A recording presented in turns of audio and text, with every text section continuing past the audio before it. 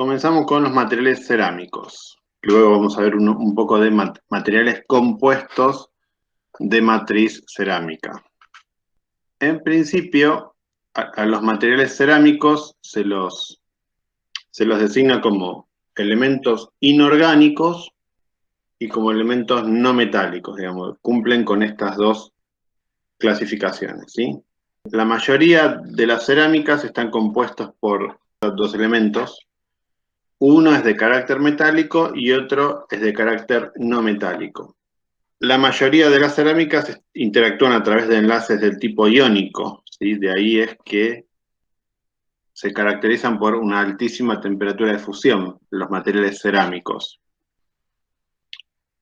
En algunos casos, como habíamos visto clases anteriores, bueno, tiene un cierto carácter covalente, ¿está bien? Digamos, puede haber un porcentaje de carácter covalente. Se clasifican en dos familias. Una es las familias de cerámicas tradicionales, ¿sí? Las que se utilizan en alfarería, cuyas materias primas son arcillas o sílices. Los productos que se construyen o que se preparan a partir de estas cerámicas tradicionales pueden ser porcelana fría, ladrillos, baldosas. Los vidrios también entran dentro de las cerámicas tradicionales. Y elementos que intervienen en estos tipos de cerámica son silicio, oxígeno y aluminio, en sus formas oxidadas muchas veces, ¿no? Sílice, que es el óxido de silicio, alúmina, que es el óxido de aluminio.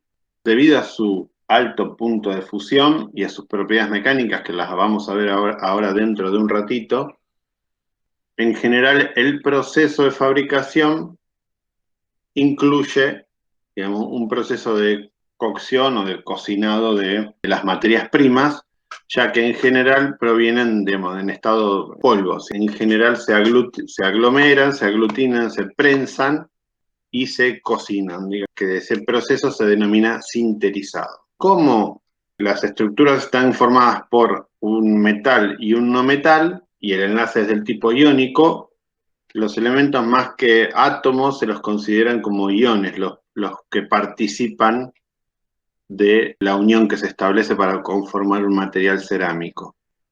El catión va a ceder los electrones de valencia al ion no metálico, los cuales van a tener prevalentemente una carga negativa. Las estructuras cristalinas, además de tener un orden en el espacio, tienen que cumplir con estas dos características importantes. Digamos. Hay que tener en cuenta el valor de la carga. El cristal que se forme tiene que ser eléctricamente neutro. Cuando se describe una cerámica por su fórmula química, digamos, ya está implícito el cociente entre catión y anión para obtener el equilibrio eléctrico, ¿sí? Y el segundo aspecto es el tamaño relativo entre el catión y el anión. El cociente entre el radio del catión sobre el radio del anión va a definir el número de primeros vecinos, que se denomina número de coordinación. Entonces, de acuerdo a la relación de radios iónicos, ¿está bien? Catión sobre el anión, vamos a tener que si el anión es mucho más grande que el catión, se va a establecer un número de coordinación de 2, ¿está bien? Va a tener 2 primeros vecinos. De acuerdo al intervalo en que caiga esta relación, van a dar distintos primeros vecinos, llegando a un máximo de 8. El número de coordinación 8, prácticamente el anión tiene el mismo tamaño que el catión. Los materiales cerámicos también entonces pueden ser o cristalinos o amorfos. Dentro de los cristalinos hay algunas estructuras típicas. Primero vamos a ver 3 estructuras que tienen una fórmula general que se la puede describir como AX, o sea, hay un átomo de anión por uno del catión. Considerando átomos de valencia similar, hay 3 tipos. La primera que vamos a ver es la estructura que se denomina del cloruro de sodio, en donde el número de coordinación, tanto para el cloruro como para el sodio, el número de coordinación es 6.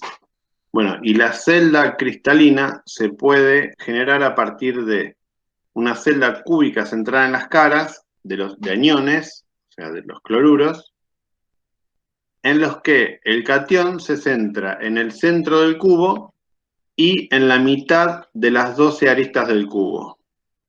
Ahí se centra el ion sodio. Esta es una estructura típica que se repite en otros materiales como el óxido de magnesio, el sulfuro de manganeso, el óxido ferroso también tiene esta estructura. El segundo tipo de estructura, digamos, se denomina de cloruro de cesio, donde el catión ocupa el centro. Esto es igual que una estructura cúbica centrada en el cuerpo, pero donde participan dos tipos de átomos, ¿no es cierto? Entonces, no es estrictamente un cúbico centrado en el cuerpo, por esta razón, porque en el centro hay un átomo de cesio y en los vértices está el anión. En este caso, bueno, el número de coordinación, principalmente es fácil de ver para el cesio, que es el átomo central, es de 8. Y la tercera estructura que se encuentra corresponde al sulfuro de zinc o blenda de zinc. En este caso, el azufre, el ion azufre, está ubicado en las posiciones normales de una estructura cúbico centrada en las caras, y el ion zinc están en los intersticios tetraédricos de esta estructura. En esta posición tetraédrica, el número de coordinación es 4. Ahora, en el caso de que las cargas de los cationes y de los aniones no sean iguales, hay otras dos estructuras que se pueden encontrar. La más común es la del fluoruro de calcio o fluorita. El ion de calcio está ubicado en un centro de un cubo, o sea, acá hay 8 cubos, 1, 2, 3, 4, 5, 6, 7, 8. 8 cubos formando la unidad repetitiva. La celda unidad va a estar formada por 8 cubos en los que el átomo de flúor está ubicado en los vértices del cubo. Y por cada átomo de calcio tiene que haber 2 átomos de flúor por la relación de electrones de valencia. Entonces, los átomos de calcio están ubicados en el centro del cubo, pero en uno sí, en otro no. Uno sí, otro no. O sea, aquí abajo está, este átomo de calcio está en el cubo que está adelante, y este átomo de calcio, el átomo negro, está en el cubo de atrás. ¿Sí? Entonces, así se respeta la electroneutralidad y el número de coordinación por la diferencia de tamaño. Esta estructura también se la repite, digamos, la repiten algunos otros óxidos, óxido de uranio, óxido de plutonio, por ejemplo. Y una quinta estructura cristalina alternativa se da cuando hay más de 2 cationes de un mismo tipo en una estructura. La más conocida es el titanato de bario. El titanato de bario es muy conocido por su característica ferroeléctrica y piezoeléctrica. La piezoelectricidad se utiliza mucho en ensayos no destructivos que vimos la clase pasada, en la cual se aplica un esfuerzo mecánico y esta estructura se deforma de tal manera que se deslocaliza la carga y genera un pulso eléctrico. Desde el punto de vista estructural, es un poco más complejo que en los materiales metálicos, debido a que están formados por más de un tipo de elemento. Análogamente a lo que ocurría con los materiales metálicos, se puede calcular la densidad de las cerámicas a partir de la suma de los pesos atómicos de los cationes y de los aniones, dividido el volumen de la celda por el número de Avogadro. Como comentaba antes, hay algunos materiales que se enlazan de manera covalente. Es una de las estructuras básicas más importantes a nivel tecnológico, ¿no es cierto? A nivel de uso diario, la sílice o el óxido de silicio constituye un ladrillo, digamos, para construir una gran variedad de materiales. Básicamente porque la sílice es uno de los materiales más abundantes que hay en la naturaleza. Por eso se ha desarrollado mucha tecnología basada en este material. Bien, el dióxido de silicio, el silicio está rodeado por 4 átomos de oxígeno, formando una estructura tetraédrica. Esa es la estructura fundamental de la sílice, de las arcillas y de los silicatos vítreos que vamos a ver a continuación. A temperatura ambiente, el dióxido de silicio tiene varias estructuras polimórficas. La más estable a temperatura ambiente es esta que está aquí a la derecha y tiene un nombre propio que se llama cristobalita. Los átomos de oxígeno están compartidos por distintos tetraedros. ¿Sí? Esta es una estructura cristalina de la sílice. Los silicatos van a estar formados por estos tetraedros, que son los ladrillitos, como les comentaba antes, las unidades que se van a repetir en el espacio para tomar distintas configuraciones. Las formas polimórficas de la sílice son el cuarzo, que también tiene una característica piezoeléctrica. El cuarzo es el material que se utiliza como transductor en el método de ultrasonido que vimos la clase pasada. Bueno, la otra forma polimórfica se denomina cristobalita, que es la que estaba antes esquematizada, y otra menos difundida, que es la tridimita. Les comentaba que el tetraedro va a formar la unidad estructural para obtener distintos silicatos. Los silicatos son estructuras laminares, son estratificados, ¿por qué? Porque son una combinación de óxido de silicio e hidróxido de aluminio. Este cuadrado acá del medio es la unidad fundamental por la cual está compuesta las arcillas, ¿sí? Acá también se tiene que mantener la electroneutralidad. Los silicatos se estructuran de forma tal de formar 2 átomos de silicio combinados con 5 átomos de oxígeno. Esto da una carga doblemente negativa, con lo cual en el centro, entre el plano, tiene que ir un ion que contrarreste la carga negativa de la capa del silicato. Los silicatos entonces se denominan estructuras estratificadas. Acá a la derecha esquematizan, silicio tiene una estructura tetraédrica y los aluminatos tienen una estructura octaédrica. Y aquí en el espacio intermedio entre dos láminas están los iones de intercambio que se llaman. Estos iones de intercambio son importantes desde el punto de vista de que a las arcillas se las puede modificar químicamente a través de justamente reacciones de intercambio. O sea, si acá hay un átomo de sodio o un átomo de calcio, una aplicación que hoy por hoy está bastante extendida es el tratamiento de aguas con silicatos modificados químicamente. O sea, se pueden establecer reacciones químicas en los silicatos donde hay un intercambio entre el ion sodio o el ion calcio con alguna otra estructura orgánica que tiene una carga positiva. Por ejemplo, sales de amonio cuaternario, donde tiene el NH4+, entonces esa molécula orgánica se ancla aquí en el espacio interlaminar. El agente orgánico claramente tiene adosado una molécula que tiene alguna función, por ejemplo, desinfectante o que atrae algún átomo pesado, por ejemplo. En muchas zonas el agua está contaminada con arsénico. Entonces, el arsénico obviamente es altamente cancerígeno. Acá mismo en la cuenca del río Reconquista tiene un alto grado de contenido de arsénico. Entonces, se purifica el agua a través de arcillas tratadas con sales de amonio cuaternario. En la ciudad de La Plata hay un instituto que pertenece al CONICET, que se dedica exclusivamente al estudio de materiales de arcilla.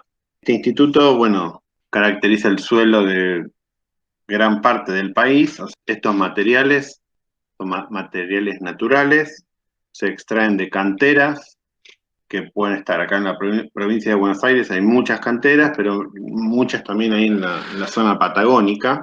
dependiendo el ion que esté en el espacio interlaminar, las arcillas van a tener distintas características. Un tipo de arcilla que es muy difundido se denomina kaolinita. Este es un material, digamos, muy higroscópico y se utiliza en la formulación de tanto de plásticos como de elastómeros. Es un material relativamente económico, hay en grandes cantidades y se lo utiliza como material inerte. Bueno, acá está representado el dióxido de silicio, aquí a la izquierda, en su versión cristalina, y aquí a la derecha, en su forma amorfa.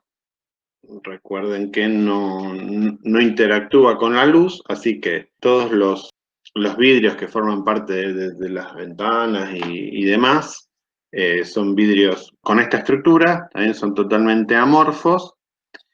Y el dióxido de silicio, para que se amorfice, para que no forme una estructura cristalina, se lo combina con el óxido de calcio o un óxido que se denomina SOS habitualmente, que es óxido de sodio. Lo que tiene la configuración amorfa es que se puede trabajar mucho más fácil que la versión cristalina, digamos. Estos vidrios no funden, se ablandan, no funden y permiten ser trabajados de forma tal de poder ser estirados. Aquí imágenes de dos cerámicas típicas. Bueno, el feldespato es un aluminosilicato que se lo encuentra en gran abundancia en la naturaleza.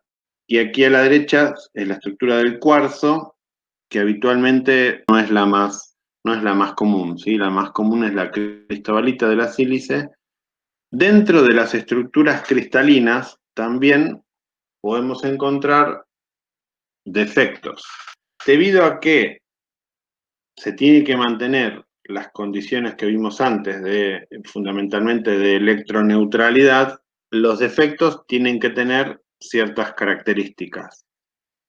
Y estas características tienen nombre y apellido. Bueno, los defectos típicos se denomina defecto Schottky, es un par de vacancias. Si falta un catión, también tiene que faltar un anión.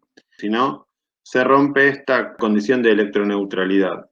Y el otro defecto se denomina defecto Frenkel, que un catión, en general el radio atómico del catión es menor que el del anión, así que es el que más probabilidad tiene de salir de una posición de la red y pasarse a una posición intersticial.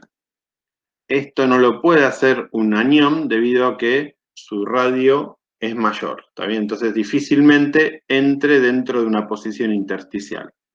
¿Qué ocurre? Uno de los elementos puede tomar más de un estado de valencia. Por ejemplo, si estamos en presencia del óxido de hierro, ¿sí? Que tiene la misma estructura que el cloruro de sodio que vimos antes, el óxido de hierro tiene una valencia 2. ¿Qué pasa si el hierro pasa a tener una valencia más 3? Bueno, de alguna manera hay un desequilibrio en la electroneutralidad del cristal, con lo cual sí o sí se tiene que producir una vacancia para contrarrestar este efecto de cargas. Bueno, como les comentaba antes, los materiales cerámicos se caracterizan por tener elevadas resistencias térmicas, por lo cual en aplicaciones donde se requieren materiales refractarios son materiales cerámicos. Y por otro lado, todos los materiales cerámicos responden muchísimo mejor a la compresión que esfuerzos de tracción. En general, la resistencia a la compresión es al menos 10 veces la resistencia a la tracción. Por lo cual, caracterizar un material cerámico por tracción no tiene sentido. Lo que se utiliza para caracterizar las propiedades mecánicas de distintos materiales cerámicos es un ensayo de flexión, por dos razones. Una, bueno, comparado con los resultados, ¿no es cierto?, de ensayos de tracción, la dispersión de resultados es mucho menor y la preparación de la probeta es muy simple. Simplemente es una barra puede ser sección cuadrada o sección circular, y hay que tener en cuenta que cuando uno aplica el esfuerzo de flexión aquí en el centro de la viga, la parte de arriba va a estar sometida a esfuerzos de compresión, o sea, la cara superior a esfuerzos de compresión. Y la de abajo, fíjense, se va a estirar, o sea que va a estar sometida a esfuerzos de tracción. Y el resultado, en lugar de, como en ensayos de tracción, lo que se informa eran dos parámetros, ¿no es cierto? Uno era la tensión de fluencia y otra era la tensión a rotura.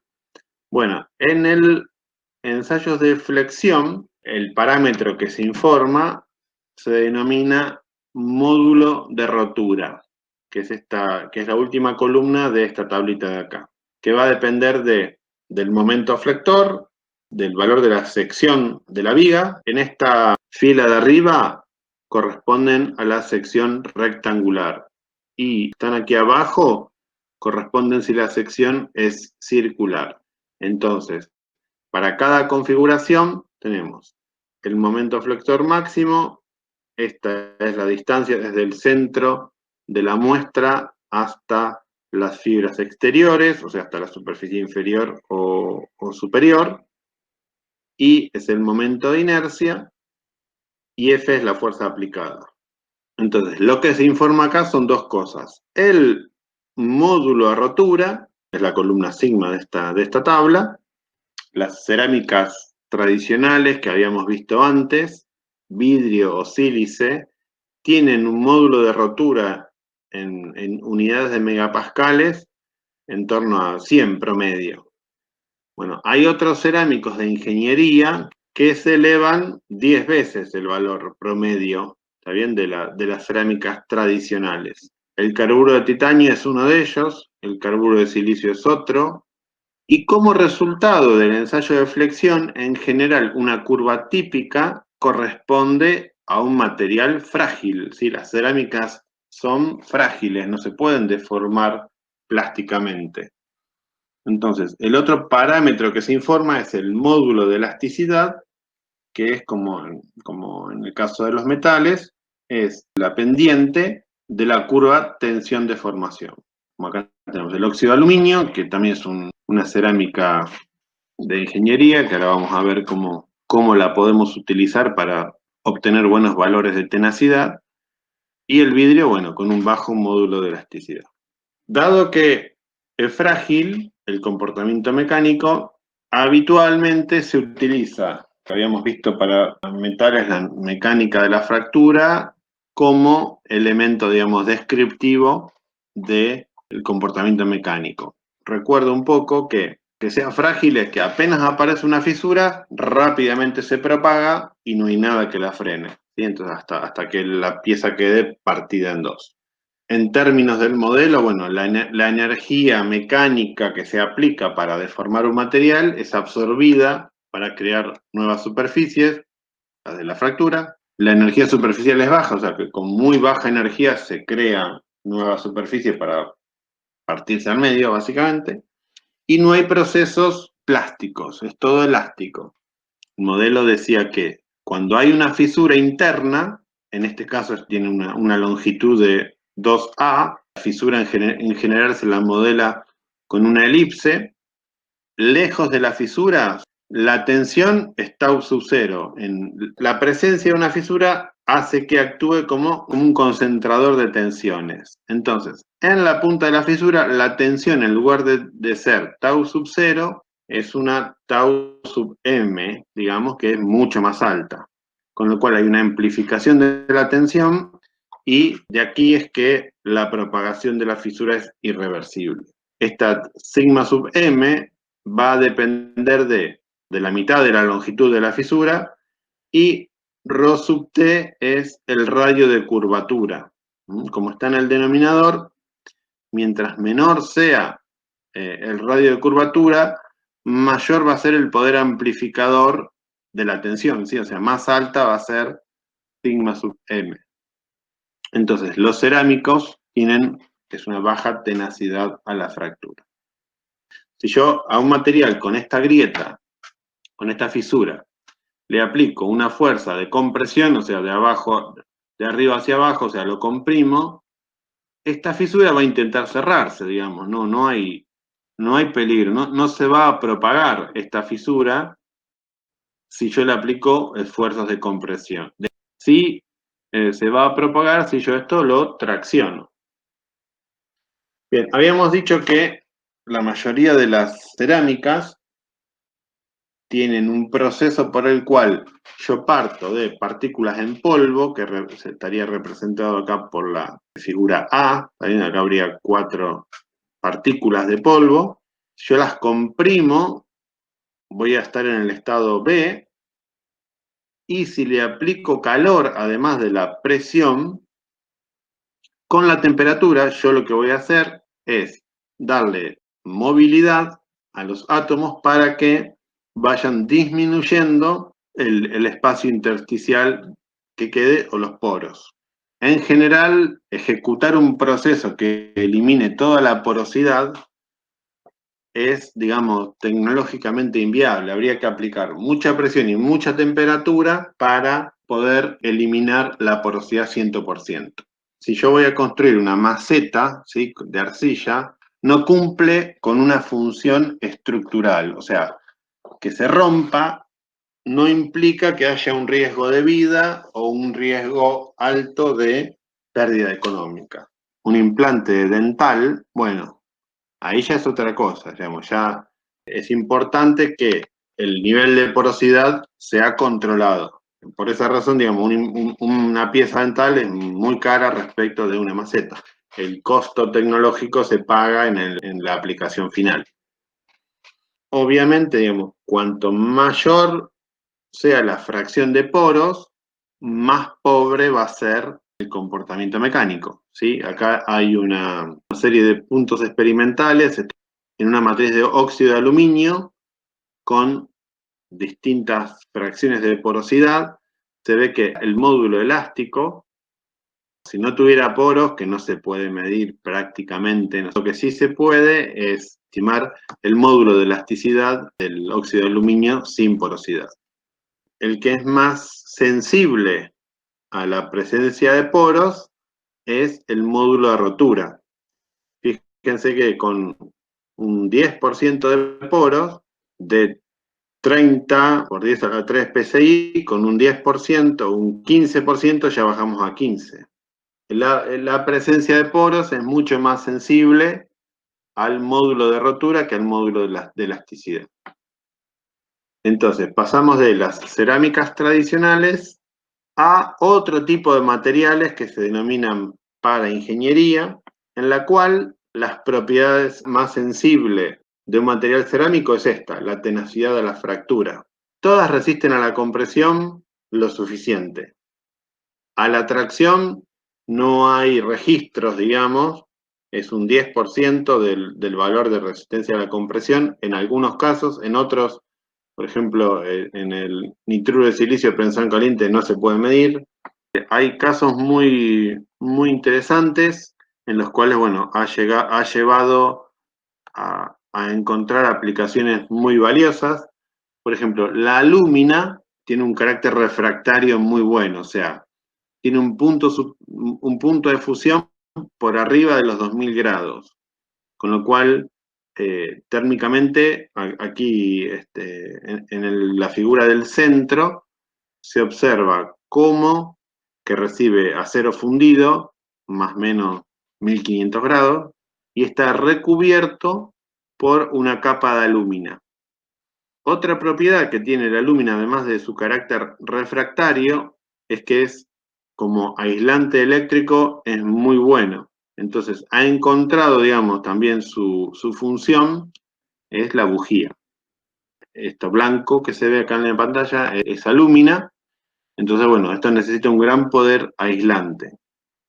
El óxido de aluminio en este caso se lo alea con óxido de magnesio. En la bibliografía van a ver que hay diagramas de fases de cerámicos, digamos, son un poco más complejos que los diagramas de fase de metales. Cuando se alea el alumina o el óxido de aluminio con óxido de magnesio, se genera un eutéctico, que se puede sinterizar a una temperatura relativamente baja, con lo cual la porosidad es muy baja, ¿está bien? Así que se logra una buena resistencia al impacto. Acá no, obviamente no va a estar sometido a tracción, ¿sí? Pero la porosidad también mejora la resistencia al impacto. Y bueno, aquí a la derecha también de alúmina se desarrollaron aislantes dieléctricos para conexiones, para alta tensión básicamente. Entonces, visto lo visto, tenemos que de alguna manera mejorar tanto la tenacidad a la fractura como la resistencia a la tracción. Para eso se los combinan con otro tipo de materiales o con otros cerámicos para formar lo que se denominan materiales compuestos de matriz cerámica. Acá lo vamos a llamar CMC. Y básicamente el objetivo de combinar una cerámica con algún tipo de refuerzo es el siguiente. La curva roja, este es un diagrama, ¿no es cierto?, tensión-deformación, bien puede ser el resultado de un ensayo de flexión, como vimos antes. Si yo tengo una cerámica de ingeniería, por ejemplo, o sea, el comportamiento esperable es el comportamiento de la línea roja, que se denomina, es una pieza monolítica, o sea, de una sola fase. Si yo al material cerámico lo combino con partículas, que pueden ser con partículas cerámicas, lo que voy a lograr es aumentar la pendiente, ¿no es cierto?, respecto de la curva roja, con lo cual, bueno, voy a tener un mayor módulo de elasticidad, pero fundamentalmente voy a tener un mayor módulo de rotura. También lo voy a estar reforzando, lo voy a estar haciendo más rígido y más resistente. Ahora bien, si yo, en lugar de combinarlo con partículas esféricas fundamentalmente, lo combino con refuerzos que tengan una geometría de fibra, o sea, una fibra, yo lo voy a describir como que la longitud de la fibra va a ser mucho mayor que el diámetro. ¿También? Eso es una fibra. Bueno, eso me va a mejorar mucho, no solamente el módulo de rotura, sino también la deformación de rotura también va a ser mayor, con lo cual el área bajo la curva, que me da la tenacidad, o sea, la energía necesaria para que se rompa, va a ser mucho mayor cuando lo refuerzo con fibras. Entonces, ¿cuáles son los propósitos de generar o utilizar un compuesto de matriz cerámica? Bueno, son tres. Aumentar la confiabilidad mecánica, prevenir una rotura catastrófica, que avise antes de romper, de forma tal de que esté preparado. Y el tercer propósito, bueno, es aumentar el tamaño del defecto crítico. O sea, si antes se me fracturaba con una fisura de 20 micrones, bueno, ahora que sea de 200 micrones. Voy a contarles un poquito más en general de lo que es un material compuesto. Bueno, como les anticipé hace un momento, va a haber dos fases. Una va a ser la matriz, que va a ser el componente mayoritario, y es el componente continuo, y va a ser el responsable de las propiedades físicas y propiedades químicas del compuesto. Y por otro lado vamos a tener el refuerzo, que físicamente va a ser, voy a poder distinguir refuerzo y matriz. ¿Está bien? O sea, lo tengo que poder distinguir. Y básicamente el refuerzo va a influir sobre nada más que las propiedades mecánicas. El resto de las propiedades va a ser responsabilidad de la matriz. Básicamente lo que se busca es la sinergia, ¿sí?, entre las propiedades de la matriz y las propiedades del refuerzo. La matriz va a tener unas propiedades, el refuerzo va a tener otras, y combinados van a tener propiedades superiores a la suma de cada una de las propiedades por separado. Aquí a la derecha, bueno, tenemos la matriz es lo amarillo, el refuerzo o carga es lo blanco, y en el medio, entre la matriz y el refuerzo, se denomina interfase.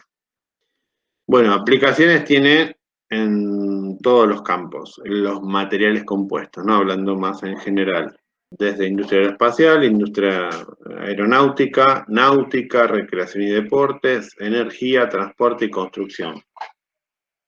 Bien, entonces, la matriz, que es la fase continua, puede ser un metal, un cerámico y un polímero. Hoy nosotros nos vamos a abocar, dado que estamos viendo materiales cerámicos, a la matriz cerámica. Y el refuerzo, que es la fase discontinua, bueno, puede ser partículas, puede ser fibras o puede ser láminas que dan lugar a compuestos estructurales. Como funciones generales de la matriz, tiene fundamentalmente dos funciones. Proteger a las fibras de varias cosas, ¿no es cierto?, del deterioro superficial, también mantiene separadas a las fibras unas de otras, y transmitir el esfuerzo. El contacto físico, por ejemplo, entre las mordazas que hay en un ensayo de tracción y el material compuesto, el contacto de las mordazas va a ser directamente con la matriz. Entonces, digamos, yo antes les había comentado que el principal responsable de los esfuerzos mecánicos son las fibras. Entonces, la matriz le tiene que transferir a las fibras la deformación que le estoy aplicando, para que las fibras, cuando sienta que la estiran, responda y quiera evitar, ¿no es cierto?, esa deformación que le están aplicando. Entonces tiene que resistir la deformación que le están aplicando. Obviamente, en este aspecto, es muy importante el rol que juega la interfase. Si entre la matriz y el refuerzo no están adheridos, esa transferencia de esfuerzo va a ser muy ineficiente. Eso es resultado de un mal proceso de fabricación de un material compuesto. Esta interfase es fundamental en ese aspecto, ¿sí? La transferencia de esfuerzo. Bien, dentro de lo que es material compuesto de matriz cerámica, tenemos tres tipos de mecanismos por los cuales va a aumentar la tenacidad.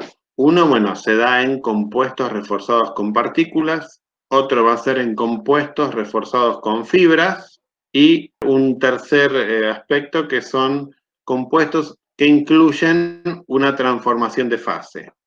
Entonces, un material compuesto reforzado con partículas, básicamente vamos a tener esto. El prisma es de material cerámico, las esferas rojas también va a ser de material cerámico. Por ejemplo, las partículas son de carburo de silicio en una matriz de alúmina. Otro ejemplo son carburo de titanio o nitruro de titanio, partículas en una matriz de alúmina. La alúmina en general es muy utilizada como matriz cerámica para compuestos. Es muy importante cuando estoy trabajando con partículas la distribución de estas partículas dentro de la matriz. Del proceso de fabricación tiene que resultar que estas partículas tienen que estar homogéneamente distribuidas para que el material se comporte de manera confiable. Dado que probablemente la densidad de ambos componentes sea diferente, la densidad del compuesto la voy a calcular como la fracción volumétrica de la fase 1, que la voy a considerar como la matriz, por la densidad de la matriz, más la fracción volumétrica de la fase refuerzo por la densidad del refuerzo. Bien, estos compuestos particulados lo que generan es básicamente mayor dureza. El aumento de módulo de rotura en un ensayo de flexión tiene su correlato también en mejorar la dureza. Y si mejora la dureza, mejora la resistencia a la abrasión. Entonces, la alúmina con carburo de silicio encuentra aplicaciones, por ejemplo, en insertos de elementos de corte. Si yo tengo que desbastar acero, por ejemplo, se utilizan insertos de carburo de tungsteno. Acá abajo, la matriz de alúmina reforzadas con carburos de tungsteno. Eso le da una elevada resistencia a la abrasión. La alúmina reforzada con el carburo de tungsteno se aglomeran, se aglutinan cuando se las combinan con cobalto líquido. O sea, el cobalto líquido actúa como un ligante, como un aglutinante, se obtienen estos insertos que están aquí en las puntas de los filos de las herramientas de corte. Esto mismo se utiliza en los extremos de los equipos de minería, en donde los esfuerzos de abrasivo son tremendamente grandes. Y otra aplicación que tiene este material es en los trenes de laminación. Fíjense, esto que está aquí a la derecha son los cilindros que conforman el tren de laminación de acero, ¿está bien? Para fabricar chapas había un proceso que se denomina calandrado, que era hacer pasar a la chapa a través de estos rodillos, con el objeto de disminuir su espesor. Entonces, la superficie también está sometido a altos esfuerzos de desgaste, entonces se los recubre con este material cerámico. Como les dije, los cerámicos también son aislantes, así que sirven para contactos eléctricos que están sometidos a altas tensiones y esfuerzos de fricción. Por ejemplo, el tungsteno, que es también un cerámico muy duro, unido mediante plata. Acá la plata es el aglutinante. Acá la plata da el carácter conductor y el tungsteno otorga la resistencia al desgaste. Y una matriz de aluminio, acá el ligante sería aluminio, y las partículas de refuerzo es de carburo de silicio. A la aleación de aluminio le aumentan muchísimo las propiedades mecánicas y se pueden fabricar bielas. Esto es una biela de un motor. Entonces, los esfuerzos a los cuales está sometido una biela son muy grandes y son cíclicos aparte, ¿está bien? Pues esta biela está todo el tiempo subiendo y bajando. El hecho de fabricar una biela de material de aluminio, que tiene la densidad del aluminio es la tercera parte respecto de la del acero, a la larga disminuye el consumo de combustible. Esa es otra aplicación de material reforzado con partículas. Tecnológicamente, los más importantes son los compuestos reforzados por fibra, por la mayor tenacidad, así que este tipo de compuestos son los más importantes desde el punto de vista tecnológico. El compuesto, digamos, más antiguo, digamos, de matriz cerámica que se conoce son los ladrillos de adobe, en los cuales, como fibra, se utilizaba la paja proveniente de árboles y la matriz era una mezcla de arcilla y arena.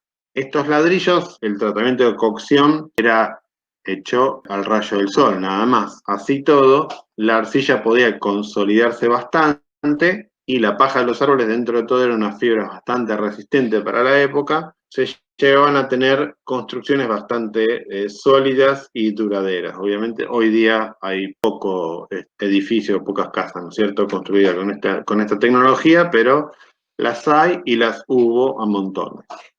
Algo más actual tecnológicamente, pero también funciona como material compuesto de matriz cerámica, reforzado con varillas metálicas, es el hormigón armado.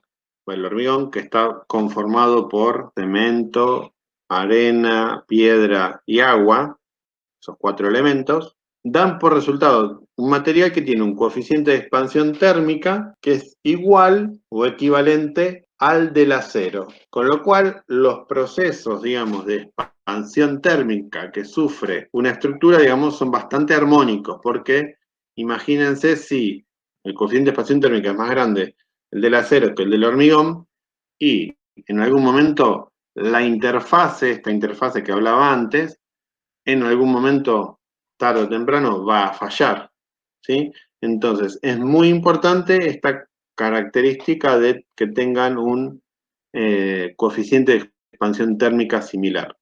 Aquí hay esquematizados columnas, pero constructivamente, en cualquier casa, en cualquier edificio, estos elementos constructivos están puestos en horizontal y eso da lugar a lo que se denomina una viga. Y la viga está sometida a esfuerzos de flexión. Y como les comenté antes, la flexión, digamos, se descompone en la parte superior de la viga, va a estar sometida a compresión y la parte inferior a tracción. Entonces, en esta combinación de materiales es muy adecuada para que los esfuerzos de compresión los soporta la matriz, o sea, el hormigón, y los esfuerzos de tracción los soporta el acero cuando está trabajando en formato de viga. Ahora vamos a un tercer ejemplo de material compuesto con fibras, en la cual el componente cerámico está en la fibra. La fibra de vidrio es una fibra muy utilizada en muchos sistemas constructivos, por ejemplo en aeronáutica, en aeroespacial. Fibra de vidrio o fibra de carbono es lo primero que se utiliza, ¿está bien? Como refuerzo. Y en estas aplicaciones, la matriz es una matriz polimérica. La fibra de vidrio, si bien es un material cerámico, tiene un proceso de fabricación tal que soporta esfuerzos de tracción y no de compresión. Bien, aquí también se utiliza la misma regla de mezclas para, digamos, la cual la densidad del compuesto va a estar ponderada por la fracción volumétrica de la matriz y de la fibra.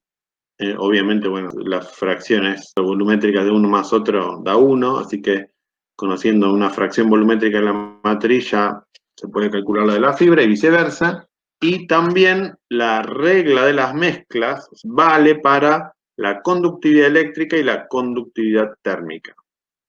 Una diferencia muy importante entre el refuerzo de fibras y partículas, que es como vimos en el caso anterior, es que las partículas van a dar por resultado un material compuesto con propiedades isótropas. Este ejemplo, donde las fibras acá están constituidas por barras de acero, las propiedades mecánicas más importantes van a ser a lo largo del eje longitudinal de la barra, ¿sí?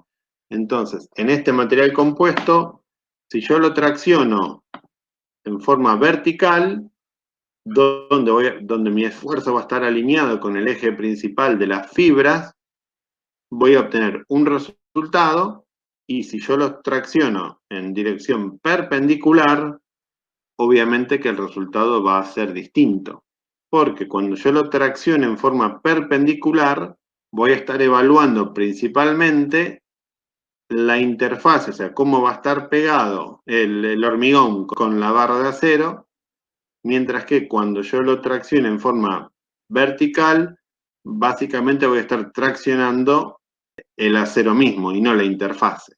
Entonces, digamos, una diferencia importante es que mis propiedades mecánicas, en particular mi módulo de elasticidad, va a depender de cómo yo lo esté traccionando. En dirección paralela a la fibra, vale la regla de las mezclas. Ahora, si yo lo estoy traccionando en dirección perpendicular, ya no es directamente proporcional, sino es inversamente proporcional a los módulos de la matriz y de las fibras. ¿Está bien? Esto es un resultado que se verifica experimentalmente. Entonces, en los compuestos con fibras se requiere una alta fracción en volumen, mayor al 20% en general. Cuanto mayor sea la resistencia a la tracción de la fibra, mayor va a ser el incremento de la tenacidad. Como les comentaba anteriormente, las fibras se caracterizan por una relación geométrica largo-diámetro. La longitud de la fibra puede ser 10 veces el diámetro. Y esa fibra, si es una fibra cerámica, como es cristalina, puede ser policristalina o monocristalina. Las fibras monocristalinas tienen un nombre particular que se denominan whiskers. Poseen una mayor resistencia a la tracción que las fibras policristalinas. Por eso dice, es preferible usar fibras monocristalinas que policristalinas. Bien. Y el último ítem que está acá mencionado se refiere a esta relación entre el largo y el diámetro. Se la denomina relación de aspecto. Mientras más grande sea este cociente, mayor va a ser la eficiencia de la fibra para reforzar. Bien, entonces vimos compuestos reforzados con fibras y con partículas. Y vamos a ver un ejemplo de compuestos que sufren una transformación de fase. O sea, recuerden que el objetivo de trabajar con materiales compuestos es ganar tenacidad. Bien, ¿por qué trabajamos con la zirconia? Porque en principio tiene 3 transformaciones polimórficas. Tiene estructura monoclínica, estable a temperatura ambiente, hasta 1170 grados. Luego pasa a una tetragonal y por encima de los 2370 grados a una fase cúbica.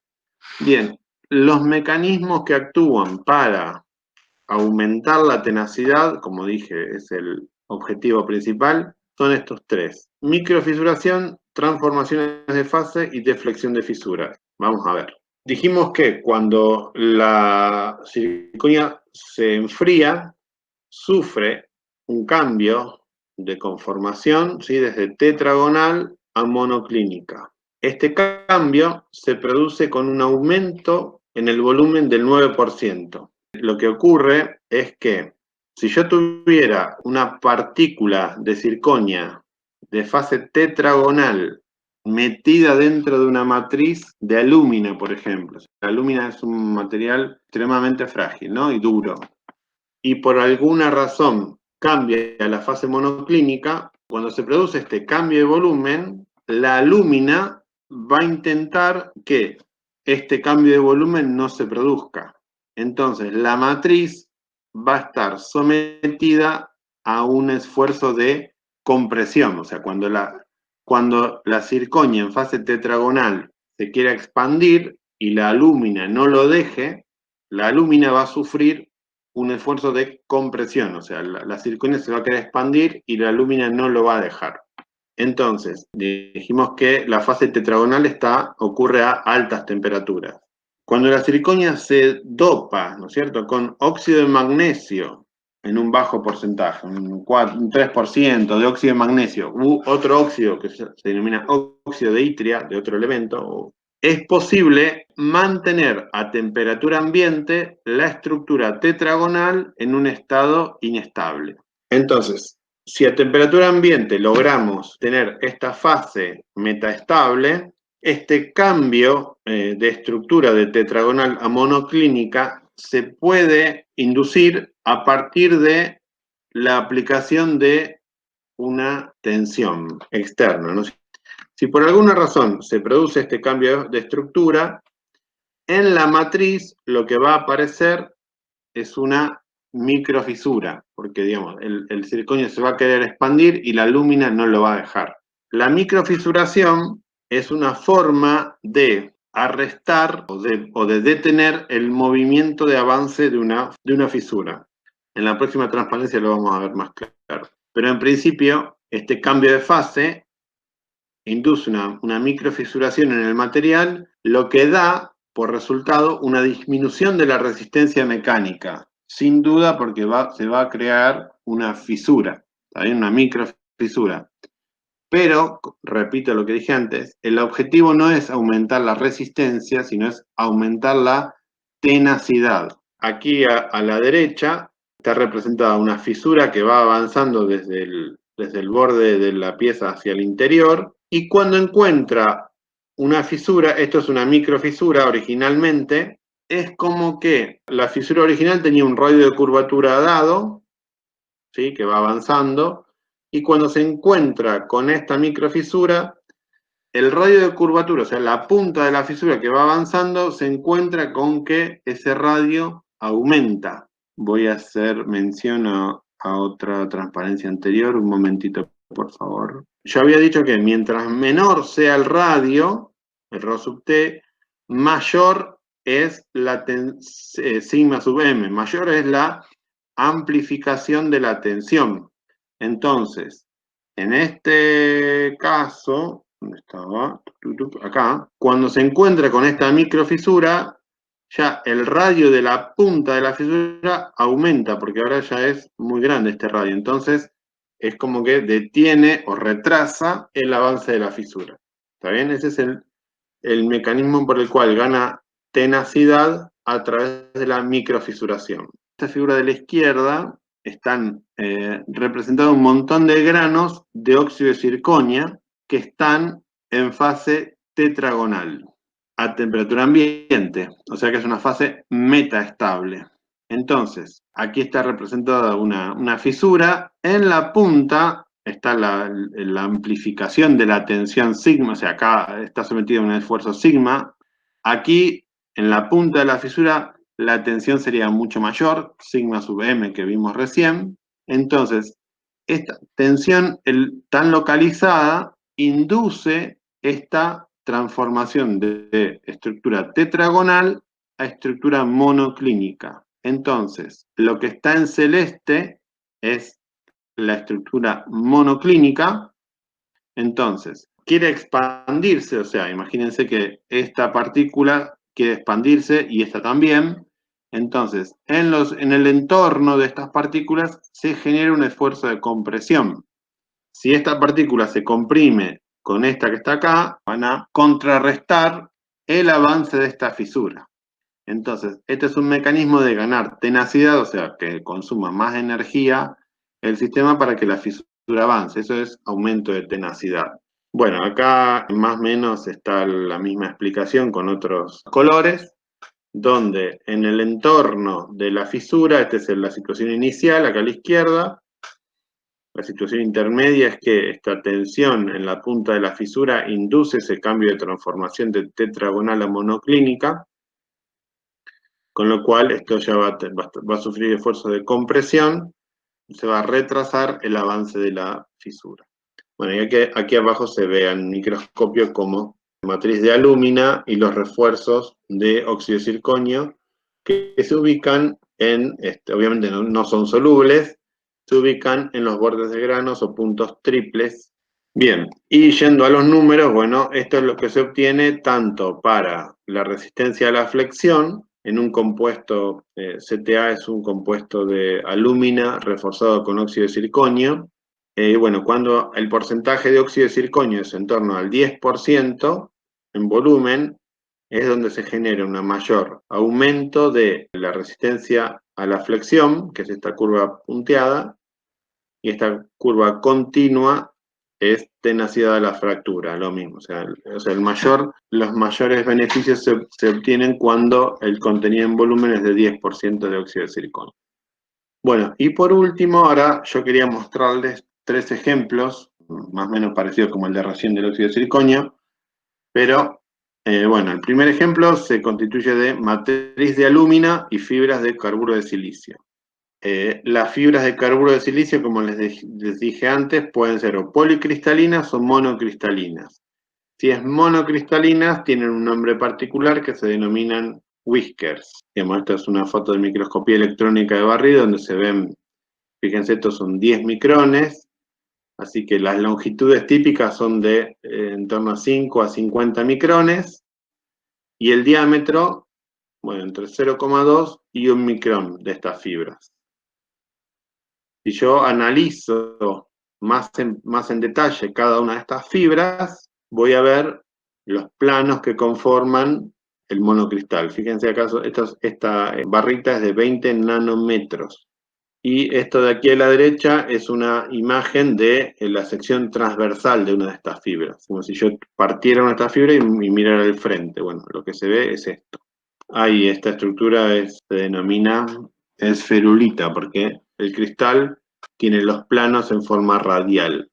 Si yo tengo en cuenta estas fibras, ¿cómo fabrico el compuesto? ¿Sí? El compuesto con matriz de alúmina. El proceso básicamente se denomina pulvimetalurgia, o sea, yo trabajo con polvo, ¿sí? Matriz en polvo, el refuerzo particulado o fibrado, y después tengo un ligante, o sea, un aglomerante, que puede ser un metal, como antes era el cobalto o la plata, o puede ser un ligante polimérico.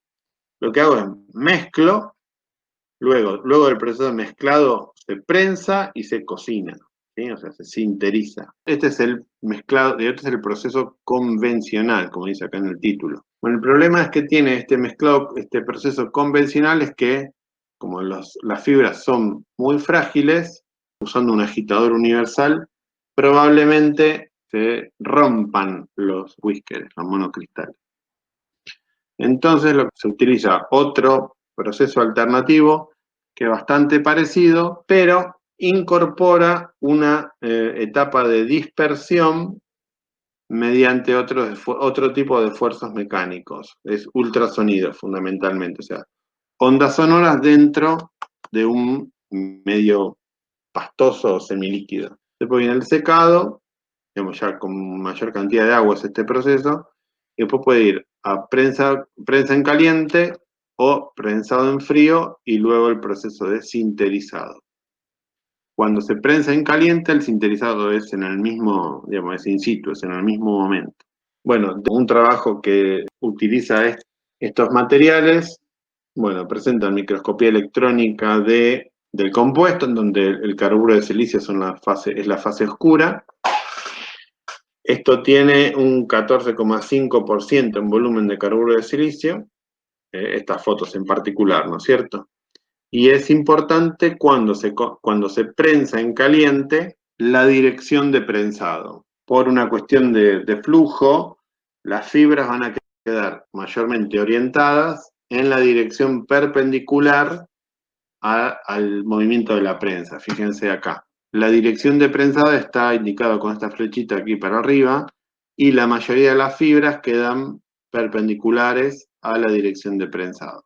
Entonces, esto le va a dar, digamos, le agrega una razón más para tener propiedades anisotrópicas. ¿Está bien? O sea, además de las fibras, la orientación de las fibras también es muy importante. En materiales compuestos, uno puede utilizar los mejores materiales de partida, pero si el proceso de fabricación de un compuesto está mal hecho, las propiedades finales del material son malas. Y lo que se muestra aquí abajo es la distancia promedio entre fibras, digamos, para varios porcentajes en volumen de whisker de carburos de silicio. O sea, aquí lo que se ve es que la distancia, más allá de un 20%, no se puede disminuir más la distancia a mayores contenidos de fibra, ¿está bien? Lo cual es bueno, o sea, está bueno que no se aglomeren, ¿está bien? O sea, esto tiene que estar, las fibras tienen que estar dispersas, separadas unas de otras para que sea eficiente el refuerzo. Y aquí a la derecha se muestra la resistividad eléctrica. Fíjense que se obtiene un material conductor, o sea, la resistividad para bajas fracciones en volumen de carburo de silicio que tiene algún carácter conductor.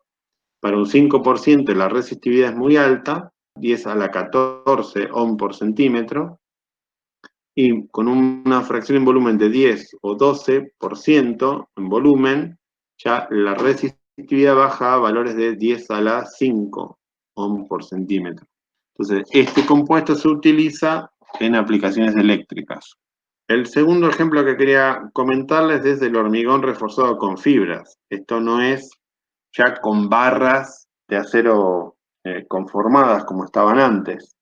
El hormigón, como les decía, mezcla de cemento, agua, y arena y piedras. Eso es hormigón. La fabricación de cemento es un proceso que está extremadamente controlado a nivel nacional. Hay 4 empresas cementeras en el país, dado que va a formar parte de viviendas y desde el punto de vista de seguridad son muy importantes. Todas las cementeras tienen que cumplir con las normas IRAM. Entonces, la composición química de un cemento Portland, que es el más común, hay otros tipos de cemento, bueno, la composición está muy controlada. Bueno, aquí el agua, además de ser un medio para bajar la viscosidad, ¿no es cierto?, y armar un barro, digamos, para hacerlo más fluido, el agua es un componente activo en el hormigón porque reacciona en el proceso de hidratación de los hidróxidos que forman el cemento, el agua forma parte y queda adherida. Al permitir la hidratación del cemento, está participando en la reacción química. Bien, agregado fino es la arena. El objetivo del agregado de la arena es tapar huecos. Y el agregado grueso, o sea, la piedra, tiene por objetivo, es el refuerzo de la matriz. Son las partículas rojas que estaban en el compuesto particulado. Bueno, y el hormigón también tiene aditivos para hacer las mezclas más plásticas, digamos, para que el fraguado no sea tan rápido, se le colocan retardadores, se le colocan acelerantes. Hay un ejemplo de que, por ejemplo, cuando fabrican túneles de subte, por ejemplo, a medida que avanza la tuneladora, porque así se llama la máquina que hace la perforación, hay que, para evitar el colapso de la tierra que está arriba del túnel, se tiene que proyectar es hormigonar, digamos, toda la bóveda que queda formada, y se utiliza hormigón proyectado. Digamos, el hormigón se bombea y como si fuera con una manguera y se tapa toda la parte inferior del túnel, digamos, ¿no es cierto? Y ese cemento que se proyecta tiene que fraguar es el proceso de curado, ¿no es cierto?, del hormigón, tiene que fraguar rápido para que no caiga, ¿sí? Porque si no, o sea, como está en contra de la gravedad, entonces a ese tipo de formulaciones se le agregan acelerantes para que el fraguado sea prácticamente instantáneo. Una cosa interesante también es que se le pueden incluir en la formulación del hormigón inclusores de aire, o sea, que queden burbujas de aire dentro del material. Y eso sirve para ocasiones donde hay ciclos de congelamiento y deshielo. O sea, en lugares donde hay bajas temperaturas, como el hielo ocupa más volumen que el agua líquida, si no habría burbujas de aire, se quebraría todo, digamos, cuando se forma el hielo por el aumento de volumen. Bien, aquí hay una gráfica de cómo varía la resistencia a la compresión, porque así se caracteriza el hormigón, por resistencia a la compresión, en función de los días y en función de la relación agua-cemento. Mientras mayor cantidad de agua tenga, peores son las propiedades mecánicas. ¿Saben? Porque más hueco, digamos, el agua después de que reacciona, se va y queda en hueco, queda un material poroso. Mientras mayor cantidad de agua tenga, más poros tiene. Entonces la resistencia baja. A los 28 días el material adquiere su máxima resistencia. Está totalmente fraguado. Bien, esta es la matriz. Y se le agregan fibras de acero, para mejorar la tenacidad. ¿Está bien? Estas fibras tienen algunos mecanismos por los cuales mejoran la tenacidad. Bueno, la ventaja es que acá en lugar de figuración tiene que decir fisuración controlada. ¿Sí? El objetivo, fíjense, ahora la desventaja que tiene que al introducir la fibra reduce la trabajabilidad de la masa del hormigón. O sea, la mezcla no es tan eficiente, ¿está bien? Porque la fibra molesta, digamos, aumenta la viscosidad. Así que bueno, esa es una de las desventajas de utilizar fibra. Y el objetivo es conseguir una plancha de hormigón que se flexione así. Fíjense, esto tiene fibra de acero, se deforma tremendamente, la tenacidad es muy alta, y estas fibras de acero, bueno, tienen algunas aplicaciones particulares, como estructuras curvas, revestimientos, capas de compresión en deck de aceros y en hormigón proyectado. El último ejemplo. Estos compuestos carbono-carbono se utilizan en aplicaciones muy, muy particulares, donde la matriz es de carbono y el refuerzo son fibras de carbono. Tienen como principal característica, bueno, resisten temperaturas de hasta 3000 grados. Esta gran resistencia térmica proviene de que tiene una altísima porosidad, entre un 70 y el 90%, con lo cual la expansión térmica no es un problema. Y estructuralmente lo que se utiliza son fibras de carbono unidas con carbono. Carbon Bonded Carbon Fiber, CBCF. Para preparar este tipo de compuestos se sigue este proceso. Fibras discontinuas de carbono, se toma parte de un compuesto reciclado, ¿sí? Porque digamos, esto tiene mucho desperdicio, así que siempre se recicla. Una resina polimérica que actúa como ligante. La resina fenólica lo que tiene es que tiene muchos grupos aromáticos. Y el agua se utiliza como modificador de viscosidad. Estos 4 elementos, bueno, se mezclan, se forma una pasta, se moldea. Una vez que está moldeada, mediante vacío, o sea, temperatura ambiente, o aplicando vacío, se extrae el agua, o sea, se baja la presión de vapor, y este producto se lo somete a ciclos de temperatura que tienen distintos nombres. La temperatura más baja se denomina carbonización. Aquí se produce una pérdida, digamos, del 50% del carbono, o sea, acá lo que es parte de resina se evapora, y luego se someten a tratamientos de mucho mayor temperatura, por encima de los 2000 grados, para aumentar el grado de cristalinidad, ¿está bien? Entonces se obtiene un producto de pureza de 99,9% de carbono. Lo que es carbono amorfo se quema, o sea, pasa a dióxido de carbono. Y queda la parte más cristalina en el compuesto. Entonces, bueno, esto es lo que es la microestructura del carbono-carbono, también del CBCF. Es muy importante, de nuevo, la orientación hacia dónde se extrae el vacío. Entonces, en este caso sería en la dirección X e Y, así que en la dirección Z quedan orientadas al azar las fibras. Y obviamente, bueno, eso va a influir en las propiedades mecánicas. Si yo mido este compuesto en distintas direcciones, o sea, esta curva representa la resistencia de la flexión en X e Y, la de arriba, y en Z aquí abajo. Bueno, y fundamentalmente esto tiene aplicaciones en, fíjense, conos de nariz en misiles balísticos, narices de cohetes y en discos de frenos de la Ferrari, por ejemplo. Fundamentalmente se utilizan donde hay altas temperaturas y se necesitan alta resistencia a shock térmico. ¿Queda abierto alguna consulta o dudas?